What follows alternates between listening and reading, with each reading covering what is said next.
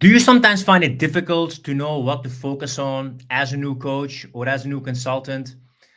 Can it feel a bit overwhelming to actually get the clients and get everything in your business as a foundation in the right way? Well, then you came to the right video, because in this video, I'm going to share the 14 biggest mistakes that new coaches make. So I work with more than 150 clients, and I notice certain patterns. So in this video, I want to make sure that I give you some awesomeness to make sure that you actually focus on what you should be focusing in the beginning. So let's talk about the 40 mistakes of a new coach. You're going to love this. And the first one, which is a super important one, and that I see all the time when people are just starting out, or maybe you've been doing this for years, and some of these mistakes you will recognize that you do yourself, and I want you to learn easier, faster than I did by myself, and that my clients also did. So the first one is actually having no clarity. And I see this all the time when people are just starting out. They have a difficulty fine-tuning their messaging, fine-tuning their positioning, and they're constantly switching their niche and pitches. Now, what I would suggest, and this is what is crucial in the beginning, you want to do something long enough to get enough feedback. So if you want to try something, you want to call yourself an X coach, you want to change your niche, you want to change the topics you talk about, what I would suggest is that you talk about it for 6 weeks, you get feedback, and then you adapt and see if you want to change things or not. Because sometimes I see people switching niches all the time, changing their banners all the time, changing their bios all the time, and then you might get seen as an amateur.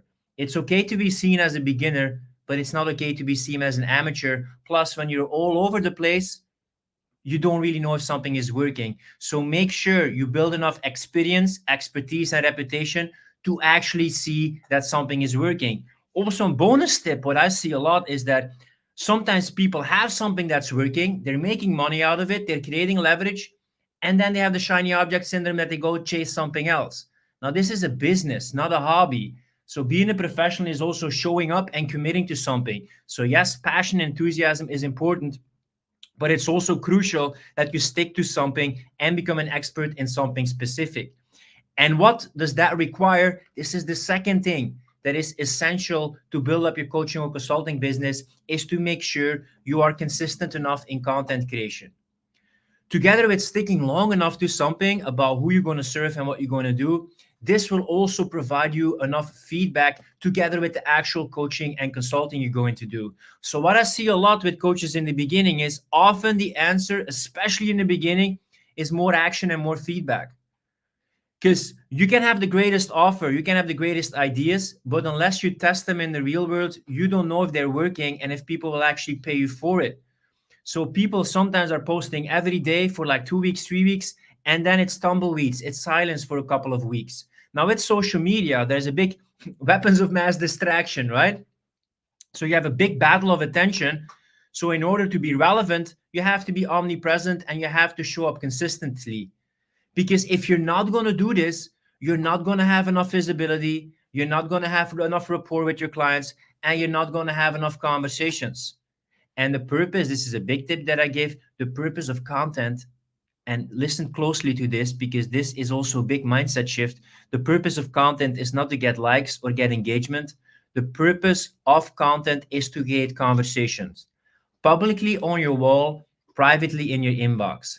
Money is in the conversations. So content is not an end goal. It's a matter of stimulating conversations and be seen and be noticed. The third thing, super essential, irrelevant content that's being posted. Yes, it's important to post consistent content, but it also has to be relevant content for your audience.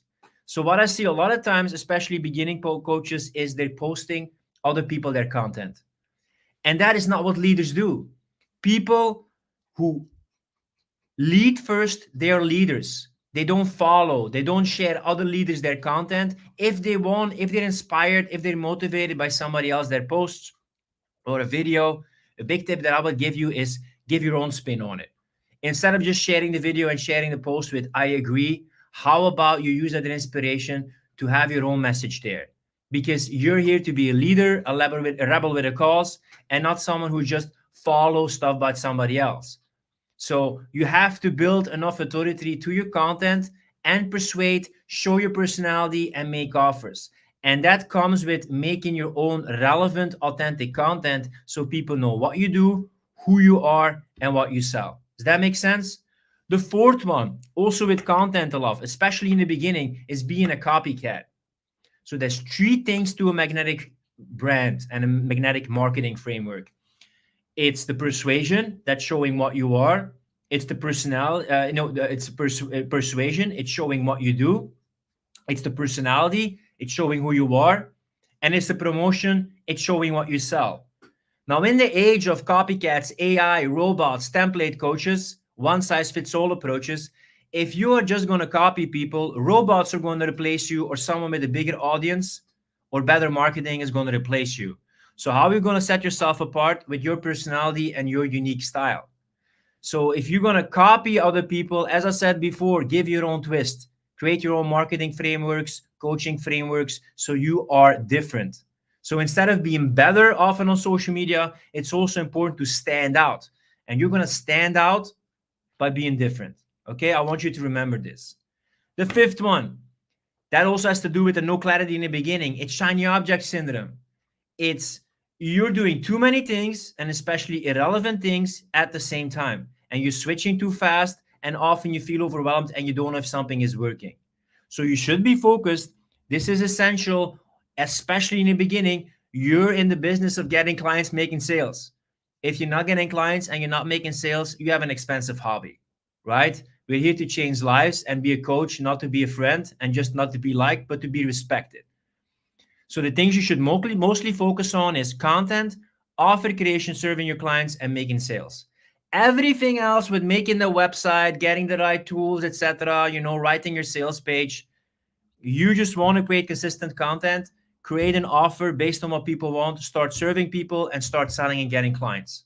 That will allow you to get more clarity, more consistency, and more money coming in. And then you can use that money to invest in your own growth, in tools, in automation, in delegation. But especially in the beginning, that is not essential. Together with the sixth one, that is also very important, especially in the age of infobesity, being too full of information. You want to get on an information diet, and you want to put more stuff out than you want to put stuff in. And how are you going to do that? You're going to do that by creating more than you consume. This is going to be a lifelong journey of learning, getting better every day. But if you just make yourself fat with information, you're not actually going to trim the fat by exercising and putting your stuff out there. You're a leader, you have talent, you have a gift, you have to bring it out there. So instead of being reactive all the time and dancing on the tune of other people, you want to make your own tune and start focusing on being creative. Can you see how that would shift what you do during the day? If I would be the detective and I would be following you, how many things during the day are actually focused on creating stuff, and how many things are focused on reacting to things? Creative and reactive are the same letters, but they're massively different in terms of like what you focus on and the results you get.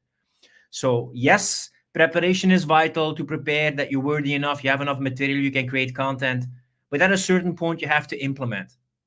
It's not preparing, it's actually taking action. So shift from being reactive to being creative. Then the seventh thing. I might sometimes say stuff that you don't agree with or you don't like, but I'm not here to be liked. I'm here to give you the honest truth so you can grow. It's practical advice, and you can build a business, you can build a lifestyle that lasts and make more impact. And a lot of people in this marketing world, where you had a lot of times the message like get to 10K plus months in less than 90 days, in less than 90 days, you don't have that long-term mindset.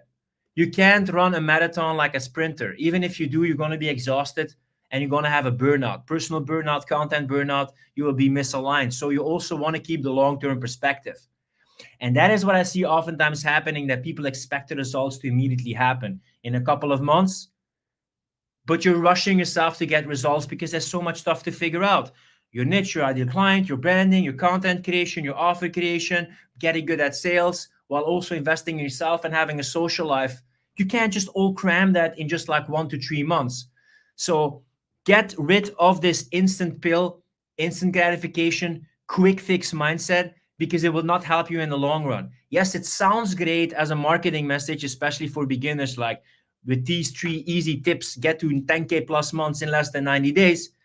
But spoiler alert, most people who say this, either they have a team, so okay, then spread the work over different people, or it took them like 3, 4, 5, 7 years to actually be able to teach people how to get to 10K plus months in 90 days. And often then it's the clients that work with them that already have some experience. Maybe they came from a job where they already had marketing experience and now they help people with the marketing. So there's a lot of unrealistic expectations and delusional results being promised, especially for beginners. So I want you to have that long-term mindset and trust in the process and listen to this closely. This will also help you to define things.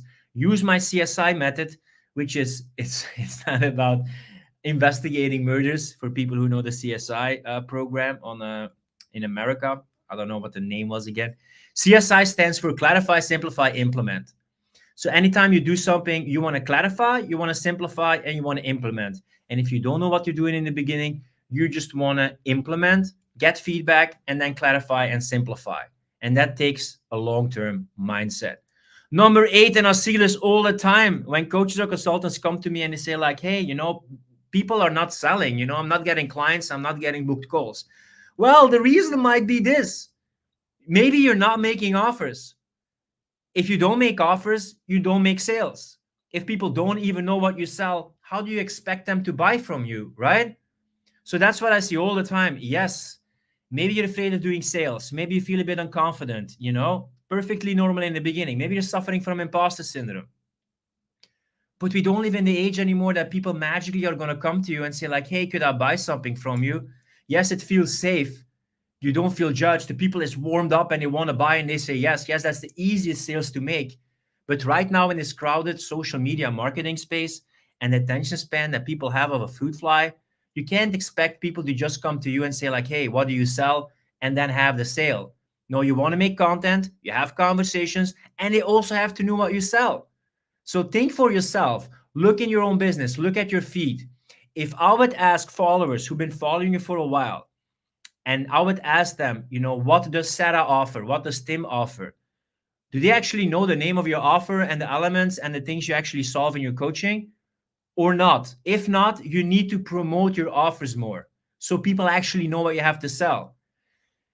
I love to work with people of integrity, which means they practice what they preach. And people with integrity often have a resistance to marketing and selling. Well, if you're a person with integrity and you have a life-changing service, it is your duty as a coach to permanently change people, their lives through your offer. You have to get in front of people and, push aside the other spammy, scammy, sleazy marketers without ethics who have better marketing, because they are in the picture right now and you have to be more in the picture. So definitely don't forget to also make enough offers so people actually buy, which also requires this. You have to actually reach out to potential clients. You have to actually comment on their comments. You have to go in the inbox to continue conversations, not to immediately sell, but to actually have conversations that potentially change your prospect's life forever. You can't wait for people to come to you. You have to proactively reach out to people because people are afraid to ask for help. It's not that you have like, hey, I'm looking for, or somebody wants my coaching and people reach out their hand. No, like they have problems, they have issues, they have struggles, and people find it hard to admit that they have issues. So they want to know, like, and trust you. And then when you publicly shared about the problems, struggles, fears, anxieties you solve, and maybe you also openly on your public wall talk about them, people will be willing, if they trust and know and like you, to open up about this in your inbox to you personally. But that demands being proactive, not in a spammy, not in a scammy way. If you're going to follow my YouTube channel, you will see how to properly reach out to people and have sales conversations. But this is what you need to do and is your ethical duty as a coach or consultant. Number 10, neglecting self-care. Success is an inside job, just like 9/11, and you will never be able to make up with a tactic what you lack on an emotional or psychological level. So this aspect about mindset, self-care, your energy is super crucial. So don't neglect with building your businesses that you exhaust yourself and you ignore your energy, your health, and your mindset. In this rat race, in this building, it can be easy to keep on going, to pushing, and neglecting actually to also focus on the place where you come from. A large part of the results that you get are determined from the place where it comes from. And if you're going to exhaust yourself while building your business, getting clients, serving your clients, and you're exhausted yourself, well, a huge part of the coaching consultant is you teaching by example in your videos, in the coaching. So if you're going to be exhausted, you're going to be tired, if you're going to be overwhelmed, and you're going to teach clients how to become a better version of themselves, well, remember this is super crucial. You are your own best client, and you probably should be your own best boss. So don't compensate by not doing in your personal life what you actually advise your own clients to do, because how you show up for yourself will hugely influence how other people will perceive you. There are 4 left, and these are also super essential. And let me know in the comments which one you actually found the most useful of these 14 tips. It's listening to all advice. Only take advice from those who are where you are, or have the expertise, or maybe are like-minded in you as with the personality, or are complementary to what you do. Because if you're going to take advice from everyone, you're going to have conflictory advice. You're going to be, confused about what you should do, and you won't be committed to just implementing a couple of teachings. So take a topic, mindset, fitness, sales, etc., and follow like 1, max 2 people and just implement what they're doing. And look at their personality, look at their lifestyle. Are you able to replicate what they do? One thing is the tactics that they have and what they teach. The other part is also their personality and if it aligns with them. And I'm telling you, when you have the tactics and it aligns with your personality, it will make it much easier to make your business flow because it's more natural to your personality. Then, number 12, overthinking. Often in the beginning, the answer is overdoing. You know the book, Think and Grow Rich by Napoleon Hill. I often say overthink and grow poor. So if you're going to constantly pair, should I do this? I have to be clear to get ready. I have to be clear to take action. Often, no, it's taking action and you get clear. So you need to take action to actually see results. You're not in the business of being a librarian and archiving and gathering information. You're in the business of transformation and implementation. You need to implement, and your clients' lives needs to transform. And with you just gathering information, that's the lowest form of transformation. Because the more you think, the more you doubt. The more you doubt, the less you do. The less you do, the more you think. And this cycle keeps on continuing until you make a decision and take action. So a large part of building a good business is becoming better at making decisions and actually taking action. Now, the last one, comparing yourself with other experts.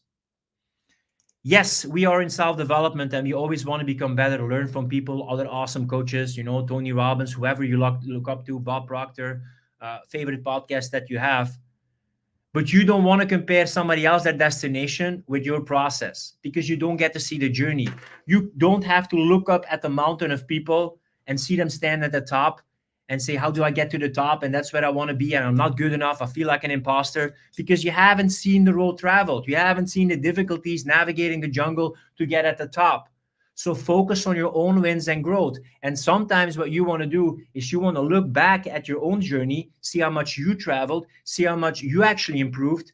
And then you see how much better you are than your 3 years longer self or somebody with 3 years less experience than you do. That's the clients who you're meant to serve. So yes, self-development is focused on the future, and getting better. But that's not the client. The client often that you're going to help is not the client where you are right now. The client you're going to help is the client who's like behind you and needs your help. So if you're only going to compare like I'm not good enough to this North Star, it's not the right focus. Sometimes you want to look at yourself at the mirror, see your wins, see your value, and also see the journey that you traveled from so many years or so many less experience ago. And then the last one is waiting to be ready. You won't be ready to get started. You'll get started and you'll be ready.